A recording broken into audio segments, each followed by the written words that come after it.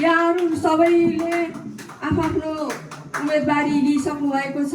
यहाँहरू सबैजनालाई धेरै धेरै धन्यवाद। अब शपथ ग्रहण गर्नुपर्ने हुन्छ।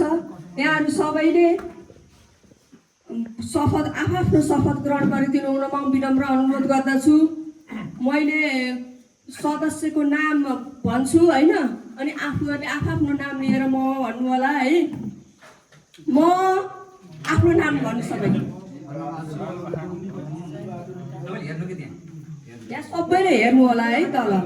म मुलुक र जनता तथा राष्ट्रिय स्वतन्त्र पार्टीको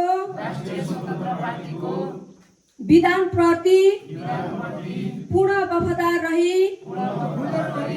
सत्यनिष्ठापूर्वक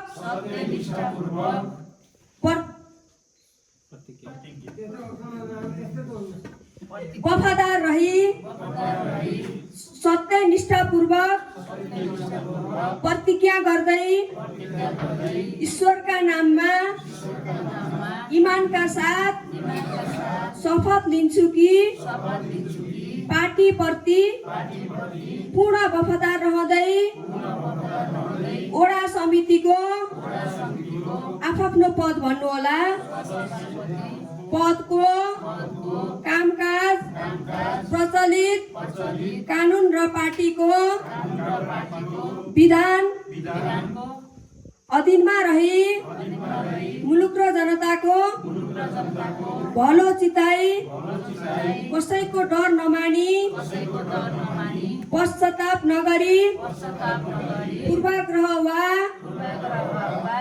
खराब भावना नलिई पदीय गोपनीयता कायम राखी ईमानदारीका साथ गर्नेछु। धन्यवाद। यहाँहरू सबैलाई धेरै धेरै धन्यवाद छ।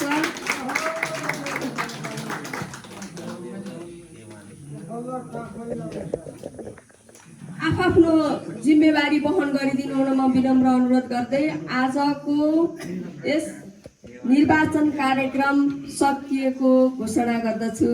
धन्यवाद। नमस्कार। जय घन्टी।